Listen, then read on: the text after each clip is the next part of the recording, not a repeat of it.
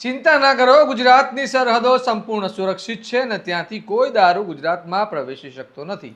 આ વાત આપણે વારંવાર સાંભળીએ છીએ, પરંતુ સવાલ એ થાય છે કે રાજ્યમાં કરોડો રૂપિયાનો દારૂ આવે છે ક્યાંથી, કોણ લાવે છે, અને સરહદથી લઈને હાઈવે સુધીની તમામ વ્યવસ્થા વચ્ચે આટલી મોટી દારૂની હેરાફેરી શક્ય કેવી રીતે બને છે?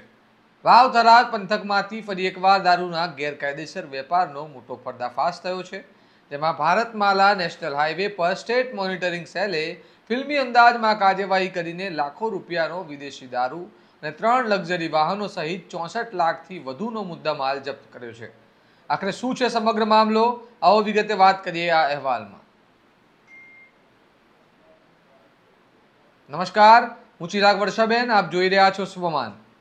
ગુજરાતમાં દારૂબંધીનો કાયદો અમલમાં છે, છતાં સમયાંતરે મોટા પ્રમાણમાં દારૂ ઝડપવાની ઘટનાઓ સામે આવતી રહે છે. આવી જ એક મોટી કાર્યવાહી સ્ટેટ મોનિટરિંગ સેલે વાવ થરાદ જિલ્લાના સુઈગામ પોલીસ સ્ટેશન વિસ્તારમાં ભારતમાલા નેશનલ હાઈવે પર કરી છે. બાતમીના આધારે એસએમસીની ટીમે રામપુરા એટા હાઈવે વિસ્તારમાં 3 શંકાસ્પદ વાહનોને રોકીને તપાસ હાથ ધરી હતી અને આ તપાસ દરમિયાન વાહનોમાંથી ભારતીય બનાવટનો વિદેશી દારૂ તેમજ આયાતી વિદેશી દારૂની કુલ 4558 બોટલ મળી હતી.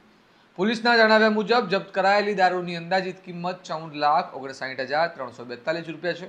આ ઉપરાંત દારૂની હેરાફેરીમાં ઉપયોગમાં લેવાયેલી ઇનોવા, ફોર્ચ્યુનર અને સ્કોર્પિયો સહિત 3 લક્ઝરી વાહનો, એક મોબાઈલ ફોન અને અન્ય દસ્તાવેજો પણ કબજે કરવામાં આવ્યા છે. વાહનો સહિત કુલ જપ્ત મુદ્દામાલની કિંમત અંદાજે 64,49,842 રૂપિયા હોવાનું પોલીસ દ્વારા જણાવાયું છે. આ સમગ્ર મામલે ગુજરાત દારૂબંધી અધિનિયમ હેઠળ સુઈગામ પોલીસ સ્ટેશનમાં ગુનો નોંધવામાં આવ્યો છે અને પ્રાથમિક તપાસમાં કુલ 8 આરોપીઓને વોન્ટેડ જાહેર કરવામાં આવ્યા છે અને તેમની શોધખોળ માટે અલગ અલગ પોલીસ ટીમો કાર્યરત કરવામાં આવી છે. પરંતુ આ કાર્યવાહી સાથે કેટલાક મહત્વના સવાલો પણ ઊભા થાય છે. જો આટલા મોટા પ્રમાણમાં વિદેશી દારૂ રાજ્યમાં પહોંચ્યો તો સરહદ પાર કરીને આવ્યો કેવી રીતે? શું માર્ગમાં આવેલી તપાસ ચોકીઓમાંથી આ વાહનો પસાર થયા હતા? જો થયા હતા તો તેમની ઓળખ કેમ ન થઈ? અને શું આ ગેરકાયદેસર નેટવર્ક પાછળ કોઈ મોટું સંગઠિત રેકેટ કાર્યરત છે? આ તમામ સવાલોના જવાબ હવે પોલીસ તપાસ બાદ સ્પષ્ટ થશે. હાલ આ કાર્યવાહી રાજ્યમાં દારૂ હેરાફેરી સામે મહત્વની સફળતા તરીકે જોવામાં આવી રહી છે. સૌની નજર એ વાત પર છે કે વોન્ટેડ જાહેર કરાયેલા 8 આરોપીઓ સુધી પોલીસ ક્યારે પહોંચે છે અને તપાસમાં હજુ કયા નવા ખુલાસા થાય છે. આ સમગ્ર મામલે તમારું શું માનવું છે?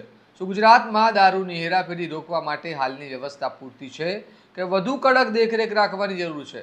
અમને કમેન્ટમાં જણાવો અને આવા જ વિગતવાર અહેવાલો માટે તમારા સ્વમાનને લાઇક, શેર અને સબસ્ક્રાઇબ કરવાનું ભૂલતા નહીં. નમસ્કાર.